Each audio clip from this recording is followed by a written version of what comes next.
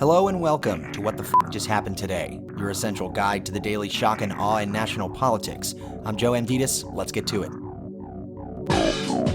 It's Monday, March 29th, 2021. Welcome to day 69. CDC Director Rochelle Walensky warned of impending doom as COVID-19 cases, hospitalizations, and deaths rise throughout the United States.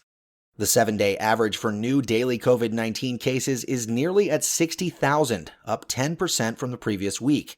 Hospitalizations are up to about 4,800 per day, up from 4,600 last week, and deaths have also started to rise again. Walensky attributed the rise to the spread of more contagious variants, increased travel, and governors lowering restrictions too quickly. Walensky said, "We have so much to look forward to, so much promise and potential of where we are, and so much reason for hope, but right now I'm scared." Meanwhile, Biden announced that 90% of adults will be eligible to get a coronavirus vaccine starting April 19th. Additionally, the federal government will increase the number of pharmacies participating in the pharmacy vaccination program from 17,000 to 40,000 locations. The U.S. is now on pace to administer 3 million vaccines per day. Biden urged the states that have eased mask and social distancing restrictions to reinstate them, saying the war against COVID-19 is far from won. This is deadly serious. If we let our guard down now, we could see the virus getting worse, not better.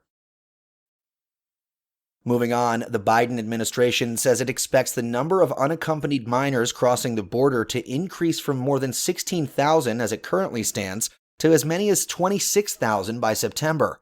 Until this month, the record for children taken into custody by Border Patrol officials was 11,475 in May of 2019.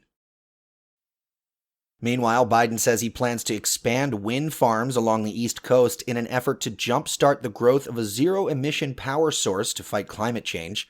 The plan would generate 30 gigawatts of offshore wind power by the end of the decade, which would power more than 10 million homes and cut 78 million metric tons of carbon dioxide emissions. The Biden administration also says that it plans to investigate Trump-era political interference on the science that informed policy. The White House Office of Science and Technology Policy said that it will form a task force to review federal government policies and make sure that they prevent improper political interference from affecting research or data. The task force also aims to prevent the suppression or distortion of scientific or technological findings. And finally, Russian hackers gained access to email accounts belonging to Trump's Homeland Security chief and members of the department's cybersecurity staff, who are responsible for identifying threats from foreign countries. The accounts were accessed as part of the SolarWinds hack, which included at least 9 federal agencies and dozens of private companies. And in the polls, ABC News says 72% of Americans approve of Biden's handling of the coronavirus pandemic, including 53% of Republicans who approve of Biden's handling of the vaccine distribution.